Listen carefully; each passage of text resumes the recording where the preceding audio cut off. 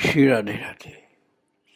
भक्तों, जीवन में वही सबसे बड़ी साधना होती है जो कन्हैया से मिला दे, अर्थात प्रभु की प्राप्ति करा दे, प्रभु से मिला दे। वही सर्वोत्तम साधना है। वह कोई एक प्रकार उसका नहीं है।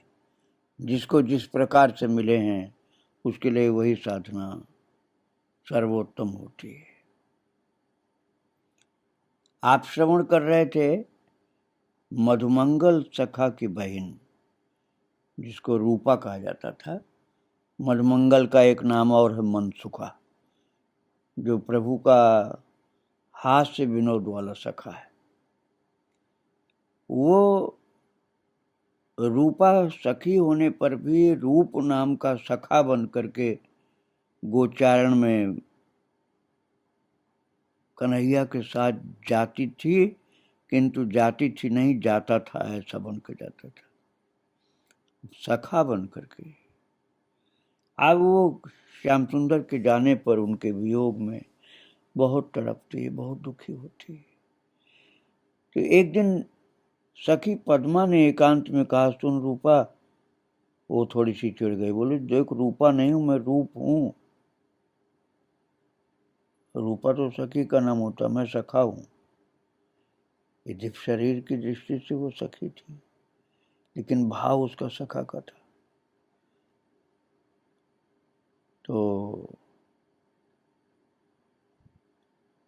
वो सखी ने बताया पद्मा ने कि देख, हम सब एक व्रत कर रहे हैं, तू भी करेगी? उसने पूछा, कौन सा व्रत?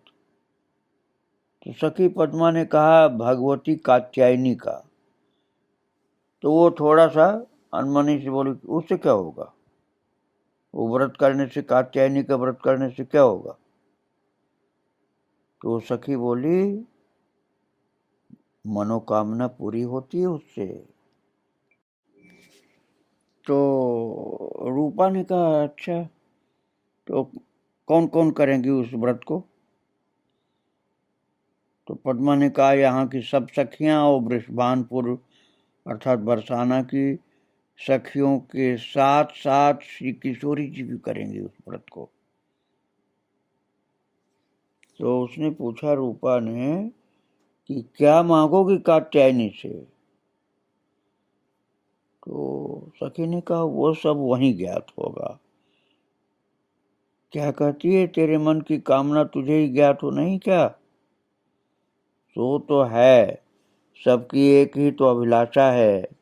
कहते कहते पद्मा की वाणी भावपूर्ण हो उठी।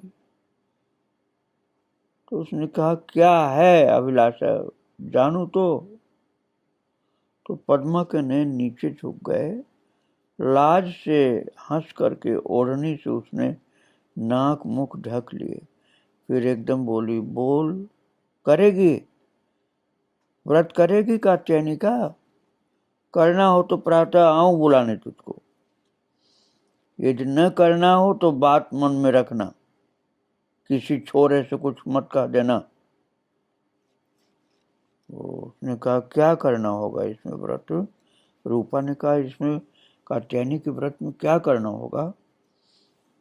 तो पद्मा सखी ने कहा, सूर्योदय से प्रथम ही यमुना में स्नान करके कात्यायनी की पूजा करनी है, 1 मास तक ये करना होगा। बोले, बस? किंतु मैं कैसे कर सकूंगा? वो वास्तव में है रूपा सखी है, लेकिन अपने को रूप सखा बना लिया उसने। तो बोली कि तो फिर मैं कर कैसे कर सकूंगा? मैं तो उस समय गाय ले करके सबके साथ वन में जाता हूं। कल विवाह होगा तो पति के साथ जाना पड़ेगा।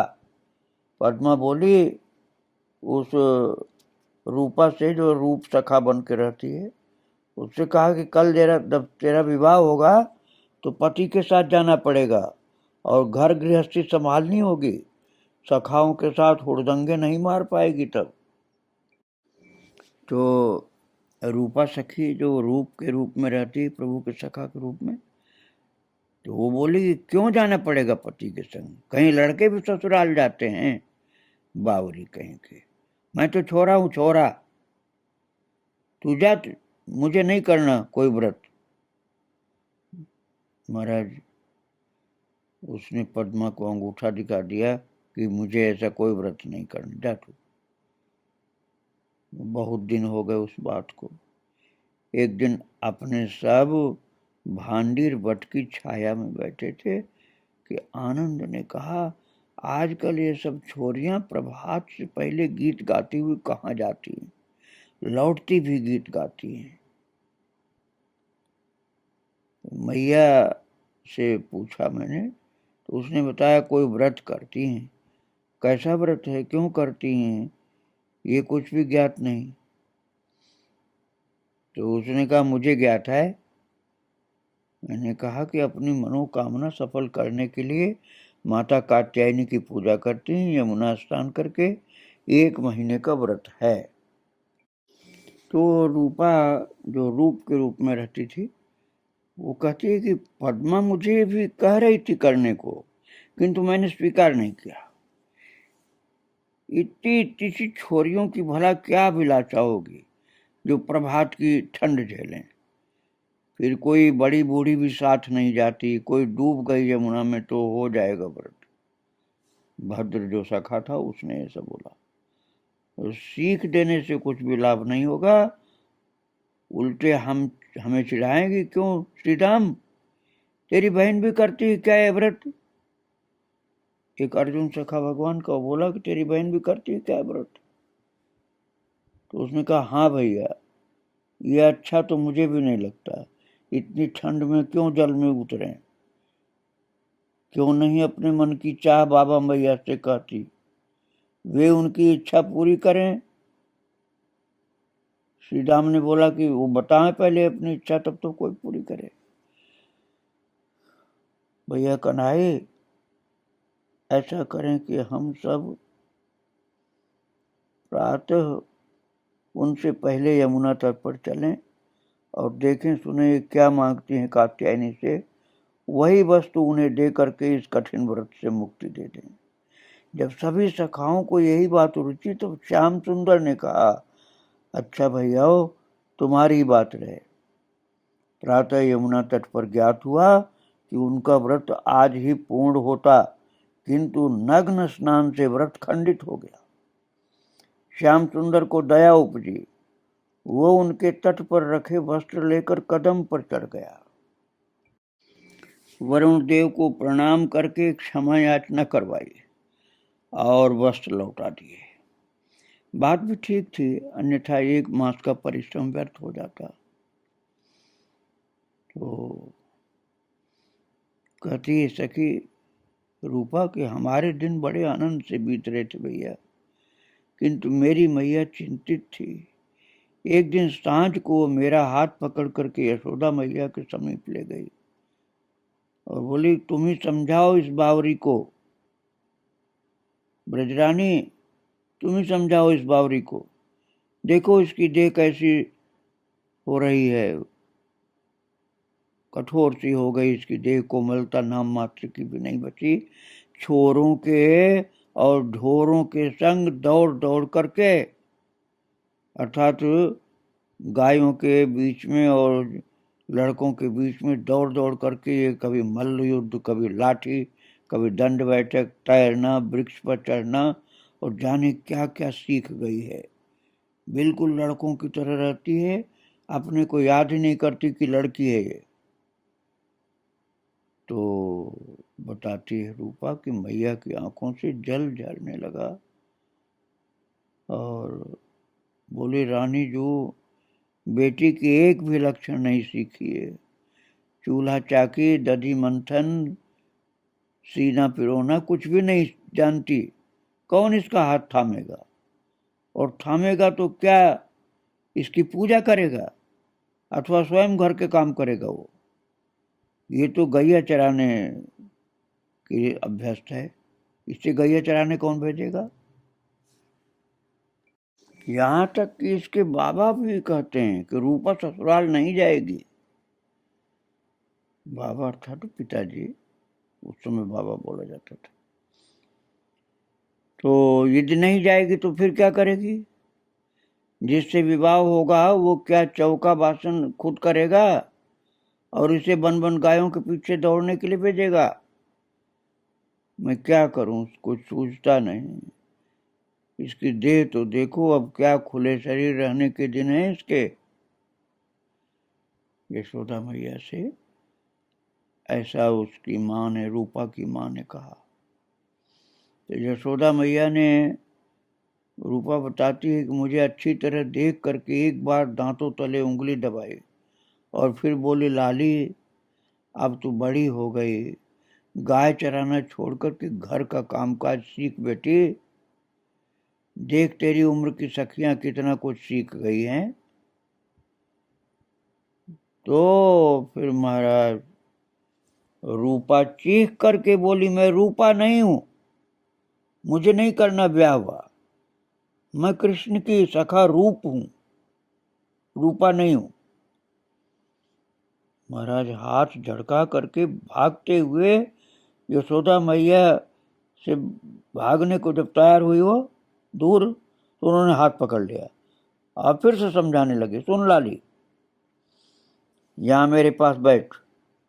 पुरुष और नारी के शरीर की बनावट एक जैसी नहीं होती। लेकिन रूपा कहती मुझे तो कुछ सुनना ही नहीं था। उनकी बात सुनने मानने का अर्थ था कन्हई से दूर रहना, और मैं रूपा सखी नहीं बनना चाहती इसीलिए कि कन्हई से दूर हो जाऊंगी। मुझे तो रूप बन के रहना है, कन्हैया के साथ गाय चराना। मुझे कन्हई से दूर रहना किसी प्रकार भी स्वीकार नहीं था। अंत में मैया ने एक उपाय किया, मेरी चादर को मेरे सीने पर फैला करके कटी में बांध दिया, कमर में। चादर को मेरे सीने पर फैला करके कटी पर, कमर पर बांध दिया और बोली, देख लाली, ये तुझे गाय चराना है तो पटुका ऐसे बांधना पड़ेगा, अन्यथा मैं किसी प्रकार तुझे वन में नहीं जाने दूंगी। और सुन ले, ये भी कुछ ही दिन की बात है, फिर तो तुझे घर रहना ही है, बाद की बात बाद में देखी जाएगी। ऐसा रूपा बोलती कि मैंने कहा कि बाद की बात तो बाद में देखी जाएगी, और फिर यही सोच करके मैंने मैया की बात स्वीकार कर ली। जितने दिन श्याम सुंदर के साथ बीते सो भले, किंतु मेरा मन बाद की बात स्मरण करके उदास हो जाता था। एक दिन कन्हई ने पूछा, क्या हुआ रूप, तो उदास क्यों रहता है? मुझसे कुछ अपराध बन पड़ा है क्या? कन्हैया ने ऐसा पूछा। तो वो कहती है कि मेरे नेत्र उसकी बात सुन करके भर गए, आंसू आ गए, और उसने कहा, क्या कहूं, कहने योग्य है ही क्या। तो कन्हैया ने इस मधुमंगल की बहन से, मनसुका की बहन से कहा, मुझसे नहीं कहेगा क्या? बात ये थी, मैं आपको बता ही चुका हूँ, सखी होने पर भी सखा के रूप में रहकर कन्हैया के साथ उछल कूद करना, गाय चराना, ये सीखा था उसने बिल्कुल बचपन से। अब बड़ी हो रही थी और घर के लोग डांटते थे, माँ कहती थी सखी की तरह रह, सखा कैसे बनती। अब कन्हैया पूछ रहा, मुझसे नहीं कहेगा क्या? तो फिर कन्हैया ने इसकी ठुड्डी ऊपर उठाते हुए पूछा, नहीं कहेगा मुझसे? तो फिर इसने कहा, कन्हई कन्हई, और फिर बोलती है कि मैं उसकी छाती से सिर टेक करके फूट पड़ी, रोने लगी। हृदय की पीड़ा आंसू बन करके झरने लगी। कन्हई की छाती पर मेरा सिर था और मैं रो रही थी। तो फिर कन्हैया ने कहा, अरे मुझसे कह रूप, क्या दुख है तुझको?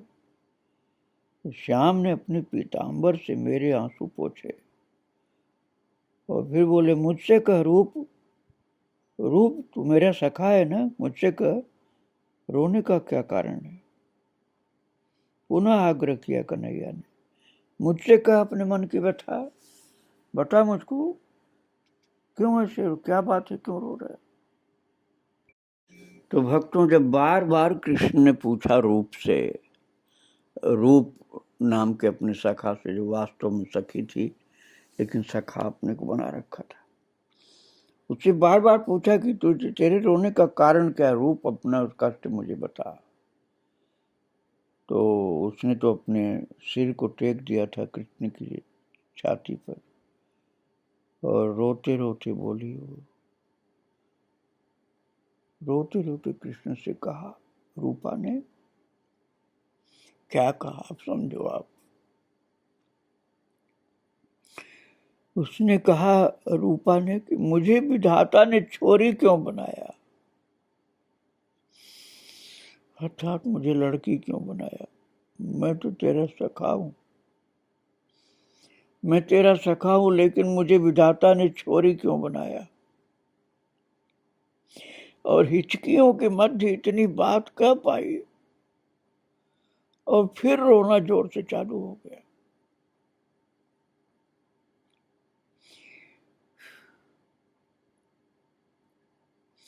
कृष्ण ने कहा, इससे तेरा क्या बिगड़ता है रे, विधाता ने ऐसा क्यों किया ये तो मुझे ज्ञात नहीं, पर इससे तेरा बिगड़ता क्या है, पर इस बात को जानने से तेरा दुख मिटता हो कि छोरी तुझे क्यों बनाया, तो मैं प्रयत्न करूं जानने का कि उसने छोरा क्यों नहीं बनाया तुझको, अर्थात लड़की क्यों बनाया, लड़का क्यों नहीं बनाया। बिल्कुल लड़का की तरह से रहती थी, कृष्ण का सखा बन के, कृष्ण के साथ सदा रहने के लिए उसने अपने को लड़का बना करके रखा था। और आज रो रही क्योंकि वो बड़ी लड़की हो गई थी, उसके शरीर का अंग बड़ी लड़कियों जैसा हो गया, तो रो रही कि मुझे विधाता ने छोरी क्यों बनाया, मुझे कन्हैया तेरे साथ रहना है, तेरे सखा के रूप में मुझे छोरी क्यों बनाया विधाता ने। कृष्ण ने कहा, यही तुझको जानने का बहुत ज्यादा मन है तो मैं महर्षि शांडिल्य से पूछूंगा, वो इसका उत्तर देंगे, अवश्य जानते होंगे वो। तो उसने कहा, ये बात नहीं है कन्हैया, मुझसे तेरा साथ छोड़ा नहीं जाता। रूपा ने कहा, मेरी माँ मुझे डांटती है कि तू लड़की है, लड़कों के साथ नहीं रह। तो मुझसे कहती है कि अब कृष्ण के साथ बच्चों के साथ उधम मचाने गईयों पीछे जंगल मत जाया कर, किंतु कृष्ण तुम्हारा साथ मुझे छोड़ा नहीं जाता, मैं तुम्हारा साथ छोड़ के जिंदा कैसे रह पाऊंगी। तो कृष्ण ने कहा, तो कौन तुझसे छुड़वा रहा है साथ मेरा बावरी, बावरे। प्रभु ने बावरी नहीं कहा, क्योंकि लड़की होने पर भी प्रभु उसको लड़का ही कहते थे। इसलिए कन्हैया ने कहा, अरे पगले, तुझे कौन तेरा साथ छुड़वा रहा है मेरे से। तब उसने हंस करके कृष्ण को गले लगा लिया। ध्यान रखना, हो अपने को सखी समझ के गले नहीं लगाया, सखा समझ के गले लगाया कृष्ण को।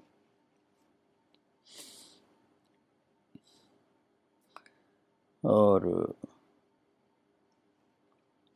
जब कृष्ण ने पूछा कि तेरा साथ कौन छुड़वा रहा है मुझसे, तो वो बोली, है रूपा, मैया मेरे साथ छुड़वा रही है। कन्हैया, मैया मेरा साथ छुड़वा रही है, कहती है कृष्ण के साथ अब जंगल मत जाया कर गाय चराने। करे, नारी और पुरुष के शरीर की रचना एक सी नहीं होती, नारी खुले शरीर नहीं रह सकती। जब मैं नहीं मानी तो उसने मेरा पटुका इस प्रकार बांध दिया और चेतावनी दी कि ये भी कुछ दिनों की बात है, बाद में तुझे घर बैठकर बहू बेटियों की भांति चौका चूल्हा करना पड़ेगा। कल ससुराल जाकर के क्या हम सबके मुंह पर कालिख लगवाएगी। कन्हई, जो होना सो हो। यदि तुझसे दूर रहना पड़ा तो मैं यमुना की शरण लूंगा, मैं जिंदा नहीं रहूंगा। ध्यान रखना भक्तों, ये जो बोल रही है ना लड़का है नहीं है, लड़का जैसा अपने को मानती है, लड़का मानती है लड़की। अब माँ कहती है उसके साथ अब मत उधम मचाने जाओ, तू बड़ी लड़की है, तो लड़का नहीं है। उसने साफ कह दिया कृष्ण से, कन्हई जो जो होना हो सो हो, लेकिन मैं तुमसे दूर रह नहीं सकता, और मैं यदि दूर रहना पड़ा तो जमुना की शरण ले लूंगा, अर्थात मैं जमुना में कूद जाऊंगा।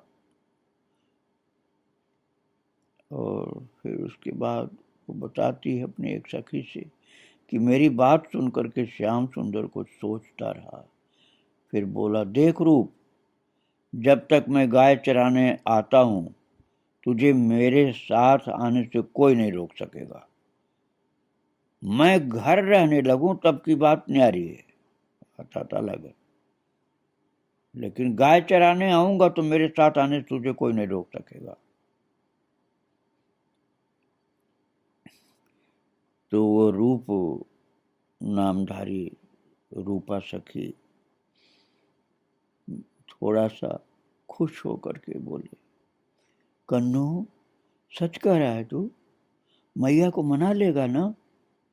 मैंने उसके कंठ में, वो अपनी सखी को बता रही है कि मैंने कन्हैया के कंठ में बाहें डाल दी,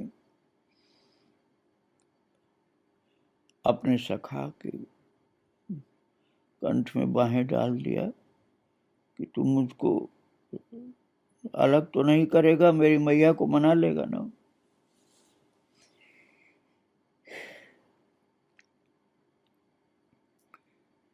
ये सर्वथा सच है रूप। कृष्ण बोले, ये सर्वथा सच है रूप कि यहां ब्रज में कोई तुझे मुझसे दूर नहीं कर सकेगा।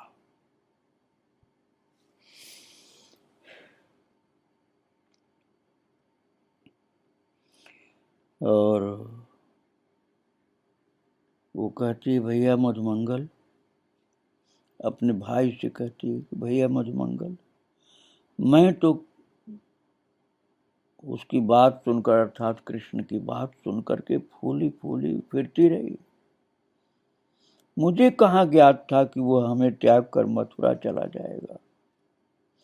मैं आनंद में डूब उतरा रही थी कि तीसरे दिन क्रूर अक्रूर हमारी आंखों का प्रकाश छीन ले गया हमसे। भैया मेरे कारण ही वो मथुरा गया और लौट कर नहीं आता। कोई जाकर उससे कह दे तेरा रूप अब रूप नहीं रूपा है, तो उसके कारण परेशान होकर यहां मत रह। रूपा अपने भाई मधुमंगल से कह रही है कि उसको बोलना कृष्ण को कि अब रूप जो है रूपा हो गई है, क्योंकि कृष्ण उसका उसके पास नहीं है। अब घर में घाघरी फरिया पहन कर बैठी है, अब गाय चराने नहीं जाएगी। वो तो कृष्ण की ही, कृष्ण के साथ ही कृष्ण का सखा था। रूप सखा कृष्ण का ही सखा था। अब कृष्ण नहीं तो फिर वो सब काहे का सखा। अब गाय चराने नहीं जाएगी। उसने अपने भाई मधुमंगल से कहा, भैया मधुमंगल, कन्हैया किसी का दुख नहीं देख सकता, इसी से चला गया। सारे ब्रज को दुखी करने वाली मैं हूं भैया, मैं हूं। कोई मुझे श्राप दे दो कोई मुझे, मैं सबकी हत्यारी हूं, सबकी हत्यारी।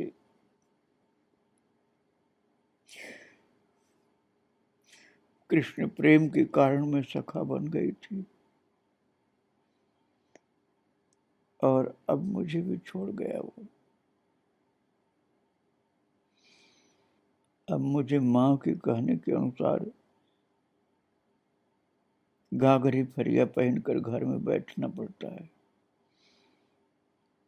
मैं कृष्ण का सखा हूं, किंतु मुझे जबरदस्ती सखी बना दिया गया है।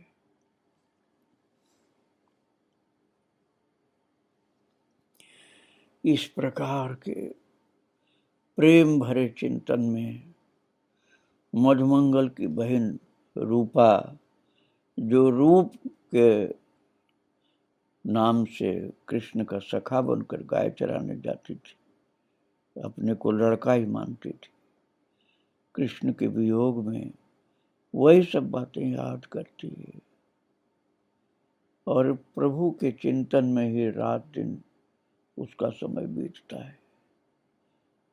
धन्य है वो जिसका चिंतन इतना मधुर है कि कृष्ण के चिंतन से मन नहीं हटता।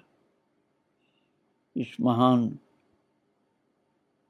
सखा रूपधारी सखी को बारंबार प्रणाम और प्रभु को प्रणाम।